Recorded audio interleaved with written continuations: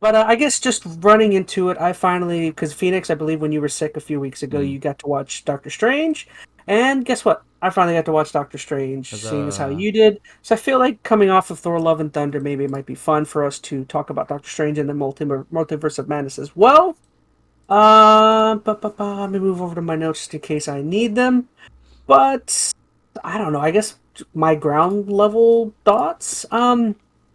I feel like I enjoyed the first maybe half, and then once the movie really gets to its like climax and gets to the second half, it gets more interesting.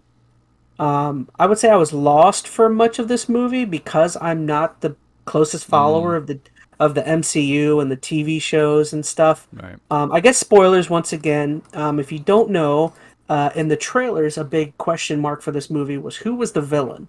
Everyone assumed it was Doctor Strange because you had seen the zombie Doctor Strange in the trailers.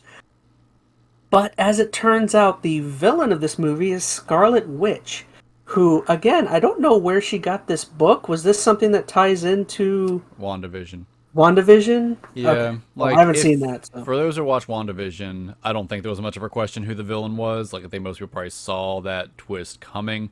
But that is the thing. Like, and I didn't really think about when I watched because I did watch the show, so most of those pieces kind of fell into place for me. But yeah, if you didn't watch WandaVision, or even to the extent they also had that other animated show, the What If kind of stuff, I didn't both see of that either. both of those play a role in this movie. The what if a little less so. It's more just like, oh yeah, there's that thing. But the WandaVision stuff, like really the core of that plot, is what leads Wanda into this whole down spiral that she kind of gets into. So, I mean, So do you think that's a good thing that they have this kind of interconnectivity from TV shows and whatnot? Like the movies have always kind of been expected, but now to think, okay, I've got to watch the TV shows now to be involved in it. well, I want to say that's a bad thing, but after thinking on it, it probably is a good thing for the universe as a whole. I mean, you want to give people a reason to tune into what you're making. Mm. I mean, I guess it does make that Disney Plus subscription worth it, I guess, seeing as how you I mean, I wish they would be more open and upfront about that. I guess people paying money to go watch this in theaters if they don't have a Disney Plus Well, I don't think they subscription. necessarily hid it by any means. Like, it's not like they said, these will not tie in. You gotta assume, I mean, they're making these shows that are part of the MCU. They're gonna have some connective tissue. I mean, maybe you argue Yeah. this is too much, but I don't know. It wasn't unexpected to me. I guess my fear, if you compare this to something else that ends up having some other games and movies that have these really expansive, lore requirements, like what I'm getting at is like Kingdom Hearts. Like that's a game that not Mm, only do you have to play I the don't know mainline much about them. series, but they have a spin-off on the DS and the Game Boy, and then you have this other thing that was like a mobile game and blah blah blah. Like to get the whole story, you've got to expand into all these other elements of their IP, which also ends up being more costly. Now you could argue that's great because you get to spend more time to invest yourself in this franchise you enjoy, but at some point, it's going to stretch your finances thin. And if you do decide to skip one of those, you're missing out on a lot. Like I tell you, I know you're not a huge Kingdom Hearts fan. I've only played the mainline ones. When I got to Kingdom Hearts 3, I had no idea what was going on. I had to go watch like a 20-minute recap videos to have any kind of idea. So we're starting to see that kind of play out in the MCU. Like, if Hmm. you didn't watch WandaVision or a recap of it, or you don't watch this What If series, you're going to be missing out on some crucial stuff in this movie. So, I mean, I don't know. This movie wasn't terrible as far as that's concerned. They recap a little bit of it, but you definitely had a lesser or a different experience if you didn't watch those shows. Hmm. And I guess just getting into the plot again, spoilers, but basically what happens is that in an alternate universe, it appears that this America Chavez girl, she basically has these powers where she can create portals to other dimensions within the multiverse. And so there's this one universe where she's receiving help from Doctor Strange. She's being chased by this beast. You don't the whole intrigue is of where's this beast coming from, who created it, and basically this beast kills Doctor Strange. Or Doctor Strange Kills a has it Doctor wrapped. Strange. Age Doctor Strange, yes, he has it. Wrapped up, and just trying to prevent this monster from getting the book. What is it? The book of I have it. Vishanti. Vishanti. Yeah. And this book apparently just for any magic user or spell user, it just makes their power greater.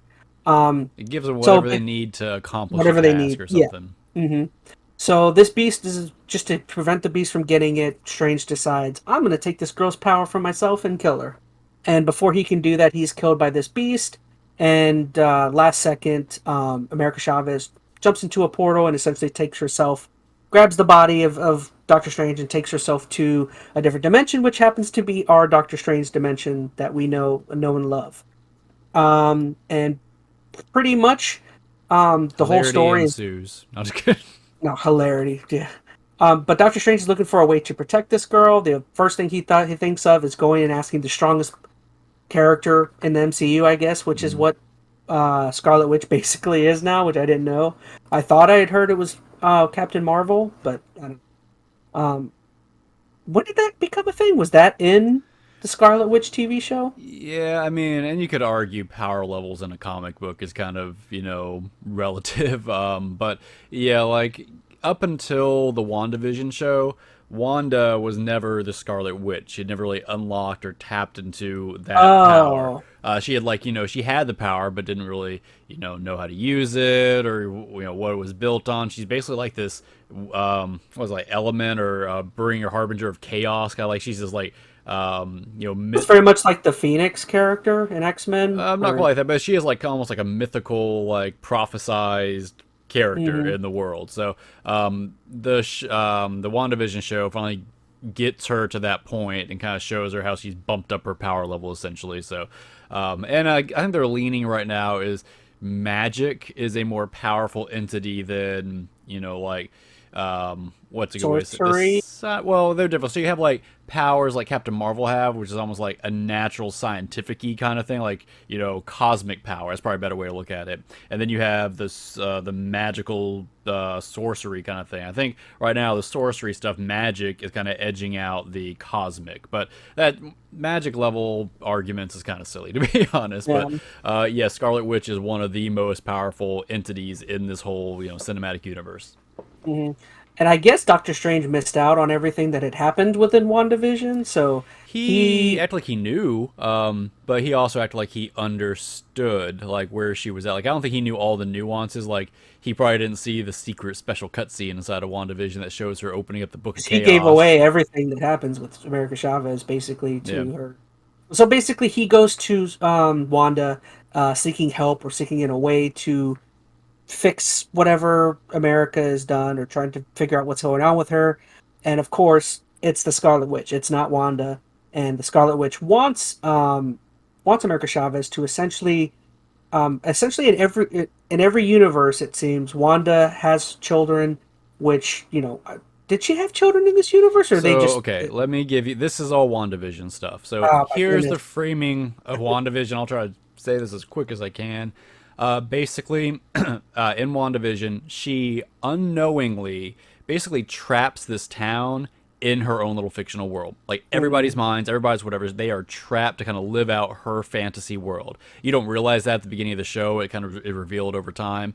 And it's basically because her life has had so much tragedy. She just wants to have a perfectly scripted world that works by her rules, where like her and Vision can, Mhm. be married because Vision's dead at this point at the Yeah, after he gets Endgame and his all thing that. pulled out by Thanos. Yeah. Yeah, so she just couldn't take it. She basically she snaps, traps this whole town into her own little world, and makes a life for herself with Vision. In this world, she has kids. They're all fake because everything's just made up by her magic. Like Vision's not really alive in this world. She's just kind of hmm conjuring him up. Same thing with her kids and all this other stuff. But I guess the point is in another world, if her life had played out differently, those kids would have been real. So in other dimensions, there really is a Wanda that has the kids, has the life she wanted. So at the end of hmm WandaVision, basically she has to let go of everything. She makes the moral choice to release the citizens of this town, which that's kind of the whole thing. Like there's no good way to really play out who Wanda was in that show. Like she was the villain of that show too, because she literally trapped an entire village. Although the show tries to play it off as we understand you were heartbroken, tragedy, blah blah blah, but she was a horrible person in that. So Yeah, that's and what's she's got. an even worse person in this. Yeah, and that's the point. So that's now trilling over here. She's still very much stuck in, I want to have my perfect life, right? And, Hmm. I get tragedy, and I'm not going to downplay, the point they're trying to make as far as, we all have our tragedies. It's, terrible. You don't then take it out on the entire world, essentially. Yeah, So, but anyway, that's but the backstory. Sorry. yeah. So pretty much as it turns out, the Scarlet Witch now knows of where America Chavez is, and she wants to essentially take herself to a dimension where she has a family and loving children. So she basically takes herself to the. Oh man, I can't think of Doctor Strange's lair. Oh, What's his, it's there's like the Taj the something or yeah. I don't know. I was going to call it the Dr.Strange Mountain. I don't remember what it was. yeah. Yeah, wherever they take them. So she basically calls full on war on Doctor Strange and Wong and everyone else that's In there. the issue, I don't know if you mentioned it, she has to kill America Chavez to take her power. That's the big issue that Yes, yeah, Doctor Strange hmm has about it. So, hmm pretty which is much. funny because the other Doctor Strange was going to kill her anyway. But sorry, Yeah, and we don't have to keep going into all the specifics. I mean, basically, she well, that's the plot. uh, tries to get Chavez, and Chavez again trying to get away opens up another portal, taking her and Strange. And they have like this really cool scene of them kind of going through all these different dimensions. There's like a cartoon planet and all Yeah. everything you can imagine. Hilarity Which honest ensues. I'm just kidding. Which honestly, I felt like I think I mentioned it to you, but I felt like some of those other dimensions were a more interesting one than the one they eventually Yeah, landed in. they ended up in a pretty grounded dimension, and from a storytelling perspective, I can kind of get that. They probably wanted it to be familiar enough that they could write a pretty grounded story in it, but they didn't even take enough time to have fun just spending any time in these other weird dimensions, or not Hmm. much, right? Most of it is like they just pass through in that one cinematic. They don't really get to spend time in the goo world or anything like that. Not that there's probably a lot of narrative stuff they could do there, but they could have had some fun moments bouncing around or seeing some other maybe multiverse representations of other characters just passing through. Like, what if you saw Goo Hulk when they were passing through, that dimension or something? I don't know. That maybe it was a missed opportunity, but hard to I say. think I don't know if it was intended, but I think I saw like a hellish world, and I Mm, know Doctor Strange's ultimate nemesis is Dormammu, which is like basically Satan or like a demon. all right. So I wonder if that was like a It probably was like a reference to like Could Dormammu's be. realm of some I'm sort. sure some of those universes or multiverses, whatever they are, queue up to little Easter eggs and tips all throughout the Hmm. Marvel universe. Yeah, and so basically, what happens when they get to this planet is they end up kind of finding out that America Chavez accidentally she's from a different dimension as well. She accidentally kills her parents the first time she opens up a portal. She gets scared by a bee. So she's basically running through all these different dimensions, just trying to. I don't know. Did she say she's looking for? I think she's looking for her parents while also trying to get away from whatever this monsters It's hard to that are like the following her. timing's weird there because I don't know how long the monster couldn't have been looking for her long, or hint, I mean not monster, Wanda couldn't have been searching for her for too Hmm. long, because Wanda just had all this stuff happen to her, and she got her parents got sucked up when she was a kid, and she's a She's like teenager years then. older. Yeah, Yeah. so I don't know if she's probably been searching for her parents, or maybe she's been accidentally opening up portals. I mean, I don't know if they really mentioned that. If they did, I just completely skipped over that. I'll assume she was searching for her parents. That makes the I most assume sense. she was just traveling dimensions unintentionally, and I don't know. She acts though like she thinks her parents are dead. Maybe because she's been searching for them for so long She thinks and she's can't dead, but find them. Doctor Strange at the end of the movie is like, "Now go find your parents" or Yeah, something. yeah. He tries to give her Uh, hope, but yeah. I don't know. So basically, everything kind of comes to a head with the Well, I guess I should say back on Doctor Strange land, his fortress. She ends up taking Wong because his one of their students destroys the Book of Vishanti in that universe, which that's actually a really cool scene of what happens when she stabs the book and she like disintegrates and the one tear comes Oh yeah, down. I couldn't tell if they were referencing that was Juan's girlfriend or not. I don't know. It seemed kind of weird. I don't know. There's not enough there. I don't think. I mean, I don't know.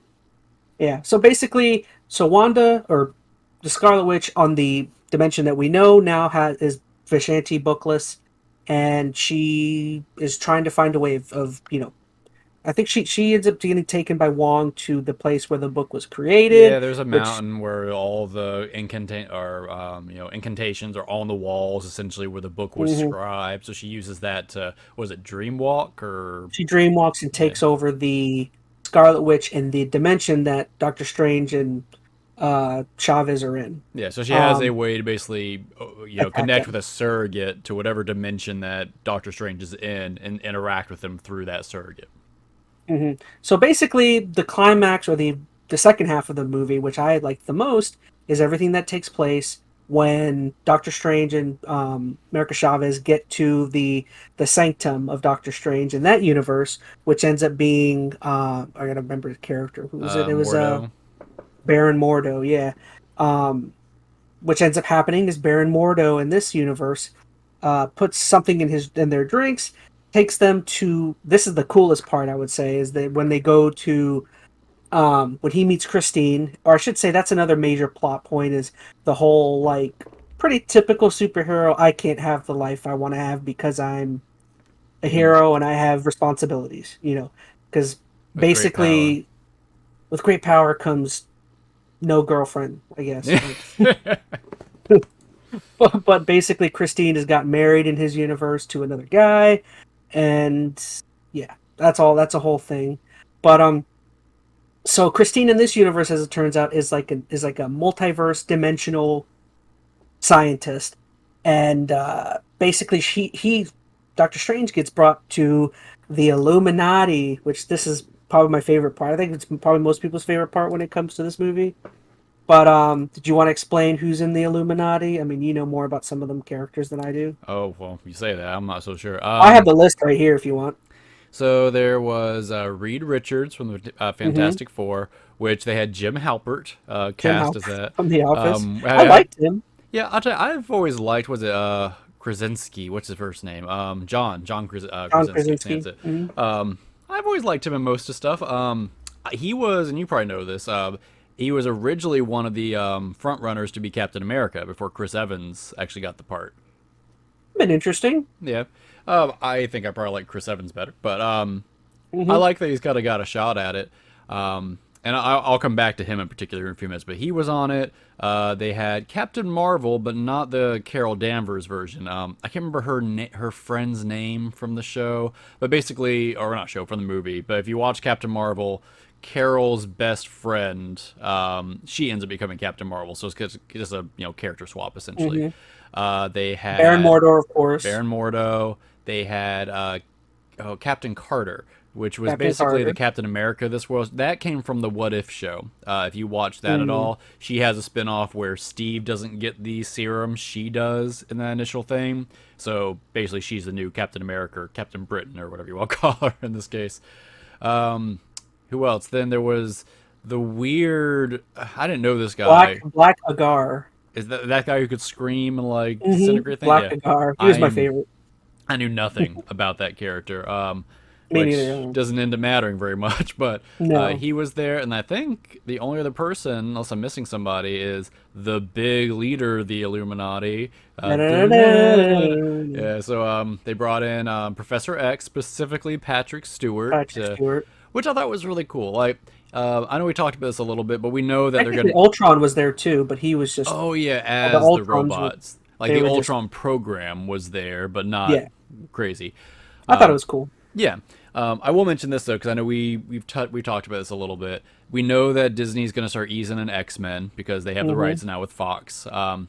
And there are certain characters in X-Men they're going to easily be able to do that. I think because either they've already been refreshed throughout the Fox timeline. That's not going to matter. Like they could place anybody as Jean Grey. I could care less. Cyclops could probably be just about anybody. Beast, even though they've had some Mm-hmm. fun characterizations of them in the past, I don't care who they really get in those roles as long as they do a decent job. The two that are going to be really, really hard, you got Wolverine, which Hugh Jackman is so iconic. He's like, Robert Downey as Iron Man. Like, and here's the catch, too, that I think is going to make it really tricky. They brought Patrick Stewart in, which I think is another one that's going to be hard to cast. Like, Patrick Stewart as Professor X is like another iconic one. Did they say that X Men wasn't that first movie like almost the one that launched? a lot of this MCU stuff, or I don't would know. it be Blade? I know Blade was pretty early too. We can't say it launched the MCU because the MCU didn't come until after it. But Blade, did Blade come out before or after X Men? I want to say I think after. Blade. They're I'll look it up real one quick. or the other. But those were the first good superhero movies, if you will. I would say I think the one that kind of pushed Marvel into really trying to get an MCU thing going was probably Spider Man, to be Blade came honest. out 2 years prior, at 98, Prior, and then yeah. X Men's 2000. Oh, I guess it was '98. But either way, those are like the precursors that I think did a good job as a superhero movie. Anyways, my point being is those are two characters, Wolverine and I'm sorry, Professor X, going to be really hard to replace inside the MCU. And before you say anything, here's the thing: what's almost going to shoot themselves in the foot more. They've already shown overlap with the Fox canon in the MCU. They've They've already shown shown Patrick Stewart. Patrick Stewart. So to now not have Hugh Jackman as Wolverine is almost going to feel weirder to me because now I'm picturing, okay, there is a universe, a world where canonically Hugh Jackman is Wolverine. 'Cause they merged everything together. They've done the same And they've thing with already and they've already shown that every multiverse, the character looks the same. So if not in one always. universe, There's one catch to that I've seen. This goes back to WandaVision. So mm, Quicksilver in the MCU was the one dude from was it Spy Kids? Was that who it was? You know what I'm talking about? he was in Godzilla. Was the Godzilla? I think he was in Spy Kids first, when he was young. I could be wrong, but yes, he was Oh in no, he was Godzilla. in Oh, Sucker Sucker Punch. Punch. Yes, Sucker maybe it's Punch. not Spy Kids. I could be done. Not Sucker. It's not called Sucker Punch. It's Sucker something though. Oh yeah, not Sucker Punch. That's another dark It's movie. Oh, Kick A. Kick Ass. Was that it? Yeah, I was trying to say it a little Oh more yeah. politely, but Well, I didn't know that was the name of it. Was that the name of it? yes, yeah. Oh, Anyway, so I'll you bleep had this that out. actor as Whatever. Quicksilver, and then Fox, while they were kind of doing the reincarnation with First Class of X Men, they cast a completely different dude as Quicksilver. He was the one who was made famous all those slow mo Quicksilver movies from the Hmm. Quicksilver scenes. He was in In WandaVision, American Horror Story. yeah, in WandaVision, they showed him as Quicksilver, as Wanda's brother, even though in the Mm-hmm. MCU it was the Godzilla Kick-A guy. So they've Mm-hmm. now shown two different actors to play the same character in the same universe. But it's weird because inside of WandaVision, he was made up. Like they had some really weird overlap there. I think part of it was that was right when they got the rights to have Fox and X Men kind of merged in, so they might have just been riding high on that. So I don't. They theoretically they can go whatever direction they want, right? They can cast whoever they want. They've shown that there are certain situations where different people get different powers. Like Captain Marvel is literally two different people in these universes. So they don't have to have Hugh Jackman. I know canonically they could work around it, but I'm I going to be still very like. sad not to see him. Again, I mentioned it the other day, but I've heard rumors that Giancarlo Esposito wants to be Professor Xavier. I really like him as an actor. I feel like he might be kind of an interesting attempt. I feel like you're right though. Patrick Stewart is the easier one to replace out of the two. Yeah, I Um, wouldn't mind Giancarlo. I don't know. Patrick Stewart, though, I will say, is getting very old. Not that he's he's not really still old. working. Like he's still doing that Picard show. He's very much still, he's in the business. But how long can he really go being I Professor will X? say one thing I did appreciate is, from what I understand, his rendition of Picard in the shows has been pretty not heralded and not beloved by those fans. I would say what I enjoyed about him in here is I felt like they actually got the old Professor Xavier to an extent in this movie. Like he definitely feels like the older, wisest one in the group who He has to make didn't the do hard. much, to be He didn't do honest. much, Like but they like couldn't have messed that up too bad. I guess I mean I get what you're saying. Like he did, come across as having a very, firm seat of power, the older, wiser member of the Illuminati. But I think they could he had like 3 lines. He was in there for a total of maybe 5 minute screen time. So I'm not saying they couldn't have messed it up. It would have been hard though. it definitely helped with like because in the when she starts attacking all of the other Illuminati members Hmm. are like no, he must stay here, and then Professor X is just like, you're gonna get out of here. When you get out of here, save the girl, and he's just like the only one that kind of knows. Yeah. I don't know. Anyway, I we kind of got like that awareness. yeah. So anyway, I got you guys really sidetracked because we went on the whole X Men tangent. But anyway, that could be a conversation for another day. Yeah. Um, You want to wrap up the plot summary? Oh yeah, and then I guess just basic. Oh, I guess I gotta mention it. I just mentioned it. Scarlet Witch essentially begins an attack on the Illuminati, and man, that is a brutal freaking scene because as she starts attacking, It's probably the uh, goriest MCU canon scene that I've seen or I can recollect in any of the movies. yeah, the It's not like scene super gory, but it's it's bad. She gets approached by who? Black Agar, Captain Marvel, Reed Richards, and Captain Carter, and uh, Reed Richards like boastfully tells her what Black Agar can do with his voice, which is really and she's like, stupid if you think about it. He's supposed to be what, the "Yeah." smartest man alive? Hmm. Like And he knows what Scarlet Witch is capable that's of. pretty out of character, but whatever. I guess another plot point is just to say is that the Illuminati basically killed Doctor Strange in that universe Hmm. because because of basically what Doctor Strange can do, I guess, Well, he was because dabbling with some dark stuff. Like that Dark Doctor Star. Strange was darker than our Doctor Strange, and that's also another thing from that What If show. Like I don't know which one, but they show a Doctor Strange in that animated series that basically, if you let him go just straight up evil, what it would be like. And in that show, he basically dooms an entire universe. He's the last Mm. person alive, so there's some warrant there at the He very does that in least. the movie too. He because Yeah, Doctor Strange comes face to face with that that's one. probably the same What If Doctor Strange. I think that's what Mm. they're kind of playing on. Yeah, But anyway, yeah. So they kill him in that universe. They don't trust him. yeah, and so yeah, Black Agar gets his mouth closed by Scarlet Witch, and he says like "oh no" or something, and he blows his brains out, It's just like and that then book we talked about. I have no mouth and I must scream. In this oh, case, blew his brains. it But all ties back together. yeah, And then Reed Richards gets slowly dismantled into like that silly was string, and then messed up too. his head gets blown up as well. I would say the one who puts up the biggest fight is probably Captain Marvel, and her death is probably the only weak one where she Yeah, just like kind of off and screenish. She just kind of like gets a flattened. yeah, and you know in the MC and that's not a thing that could kill Captain Marvel. At least Yeah, I considering don't she went toe to toe with Thanos, that's kind know. of a weak ending for her. And also their Captain America was pretty weak as well. That was Captain kind of Carter. She got Captain sliced in Carter. half with her own shield, though. Ooh. Yeah, that's what I mean though. Like I don't think Captain America or Captain Carter would let that happen to him. I don't know. I mean, there are some liberties taken here. This was very much a Raimi moment, like, and we can come back Hmm. and talk about the Raiminess of this movie, good or bad. But this was one of the more Raimi scenes as far as having some gore and kind of just messed up kind of moments because you got Scarlet Witch over there with like blood dripping down her face, kind of like cutting That was people in cool. half. I like that. Like it was a very kind of Evil Dead-y moment kind of scene. Yeah. So basically, when Scarlet Witch dismantles those four, she moves on. Doctor Strange eventually gets out by fighting Baron Mordo.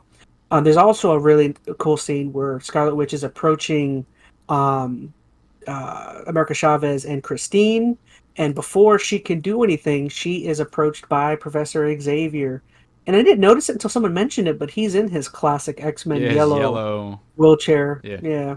little yellow But hover around. yeah, that's pretty cool.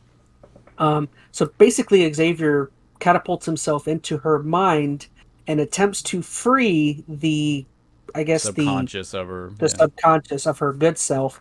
And boy, oh boy, does he fail at that because Mm, he gets his neck snapped by Scarlet Witch, which was pretty cool. I thought it was a pretty dark scene. I was like, oh, yeah. nice. What a weird way to end Xavier, but I enjoyed it. And then basically I'll just get throw myself at the end. They eventually get to the book, which ends up being housed away underneath the building. And shoot, what happens The book after gets that? destroyed by The Wanda. book gets destroyed by So Wanda. they think they have no way to beat her. She escapes back to her portal or her realm with America. So Hmm. basically, Doctor Strange and Christine are left in the alternate dimension, and That was then destroyed, where two other dimensions collided. right, that's right. They get thrown into Basically, another dimension. they get thrown into a dimension where two other dimensions met I'm pretty and sure, it yeah, destroyed that and universe. I'm almost positive that's the What If Doctor Strange, where he caused that whole thing to happen. And then anyway, back on the regular world, whatever Earth number it was, you got Wanda or Scarlet Witch, whatever you want to refer to her now, basically starting the process of taking the power away from America Chavez. So then it's Hmm. just a matter of Doctor Strange Getting back, getting back. He meets the Doctor Strange of that universe, has a little kills battle him. with him, takes his book of chaos because that's what he's got on him, and then basically Hmm. uses that to dreamwalk over to Wanda's side where she's at.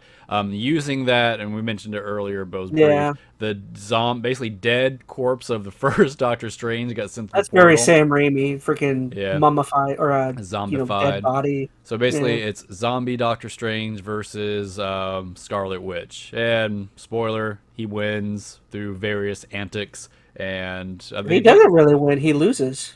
well, yeah, but he ends up convincing. Doesn't he convince her? No, America convinces her. So she pretty much blasts a hole in his side, throwing him off to the side, Right. and then Chavez, or he like says something to Chavez, like "Talk, you can do it. I believe in you. Power Oh, of that's right. friendship." She learns how to And control her Chavez power. and Chavez gets up and learns how to control her power immediately somehow, and attempts to punch Scarlet Witch a couple times, That's right. which you think does something at first, but then essentially Scarlet Witch is basically going to win, and Chavez just says, "Fine, I'll give you what you want," and she opens up a portal to some dimension where Wanda is with her I'm children pretty in the sure it was the house. dimension they were in earlier, because that Wanda Oh, had that Wanda escaped. was all beat up and Yeah. stuff. Yeah, might have been the same one. Basically, she Um, freaks out those kids, her kids. They see that she's a monster, and she's like, mhm. well, this is probably a bad idea. And she just kind of reverts at that point. And that Wanda in that universe basically kind of sees what is happening to this other Wanda, Hmm. and she basically tells her, she says, She's she says, sympathetic. she says, know that they are loved, Yeah. or something. So Yeah. yeah, and then everything kind of, or Scarlet Witch kind of realizes her Sacrifices problems. herself to destroy the whole mountain that Even has though you books see of. when the mountain destroys itself, you see a red poof in the middle of it. So it's like, well, she obviously teleported away. Yeah, I mean, it's the MCU. It could go either way. They'll bring her back if and when they need her. But Hmm. I guess all that's left would be. I mean, yeah, it was a fine ending. Again, I think the climax, everything that takes place within the Illuminati area, that's the only part of the movie where I was like, oh, that's really cool. Like if I was in a theater, I probably would have clapped a little bit, but other than that, everything was fine. The first half of the movie, again, I thought was kind of sluggish. yeah, I Um, think what hurt is, at least for me, this was probably the last Marvel movie thing out there that I had any real interest or excitement in. Because I mhm. like the first Doctor Strange. I like, of course, Sam Raimi. So those things kind of combined going into this had a fun premise. I'm like, oh, this would probably be pretty Sam solid. Raimi is the reason why I was so excited for this movie. Him alone. Now, just got a general question. Do you think having Sam Raimi on this project really helped or made this better? Not really. Yeah, I feel like it had some fun Sammy Raimi moments. Like, of course, the scene we talked about was a little gory. There were a few campy things that happened earlier with it. You got Hmm. moments of Raimi throughout it. I guess actually there was another cool scene where Yeah, Bruce Scarlet Campbell, of Witch course. Bruce Camp when Scarlet Witch first takes over the Wanda in the house, and that Wanda is walking through the house, and Hmm. there's all this like cool like imagery happening. Like she looks at like the teacup, and the teacup has like an ocean in it, and there's like a bunch of really cool stuff. That's obviously Sam Raimi. I mean, that's all Yeah. prime Raimi, I but think it feels like a waste to have him. Like, this never felt like a Raimi movie. It had fun it does. Raimi moments, but it felt like almost like homages to Raimi. Hmm. Most of this movie feels like an MCU movie, for better or for worse. And to be fair, that was always going to be hard to break because this is an MCU movie, right? And it's being brought in with all these other ties from TV shows and movies and blah, blah, blah. So to really make this a full Raimi vision, I don't even know if that would have I worked. I would actually say if you're someone like me that's a huge Raimi fan, I would say this actually does a detriment to like the idea of Sam Raimi directing a movie because it's like when you want Raimi, man, you want full on Raimi, and this just it feels like him with one of his arms tied behind his back, where Yeah, he has to follow this formula, follow these plot elements, and it's like you kind of it's more fun watching Raimi just do Yeah. what he wants. I You don't know? go as far as say it's a detriment for Raimi, but you're not getting a full Raimi experience out of this. No, you're not. As I said, it feels like little Raimi homages throughout. So I think they probably could have had a very similar movie without Raimi. I don't think it would have made a big difference. So I was disappointed with that aspect of it. Mhm.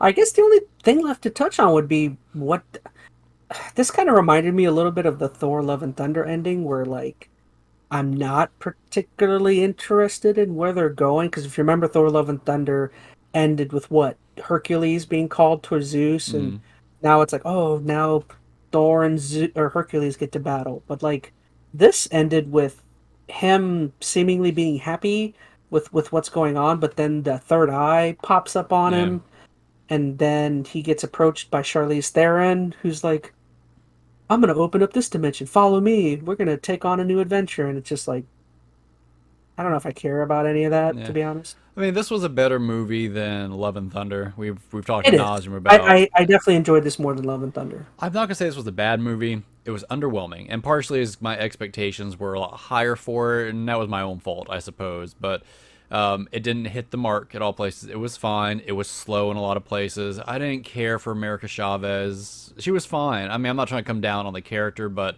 I don't think her dynamic with Doctor Strange was anything all that great. I feel like if anything, she dragged it down for parts. But yeah, I agree. I don't really know if I care where everything's going.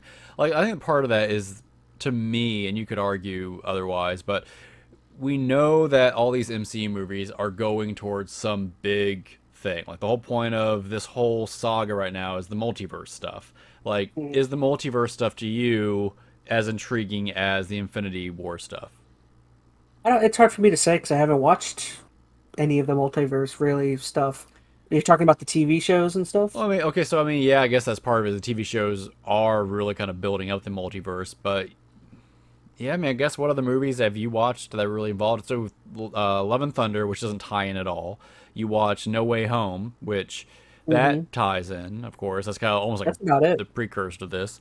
But I mean, just in general, the whole concept of the multiverse, is that really, scratching an itch for you? Do you feel intrigued by it? Not really. I'm kind of just pick and choosing specific movies that kind of interest me. Like I'm not going.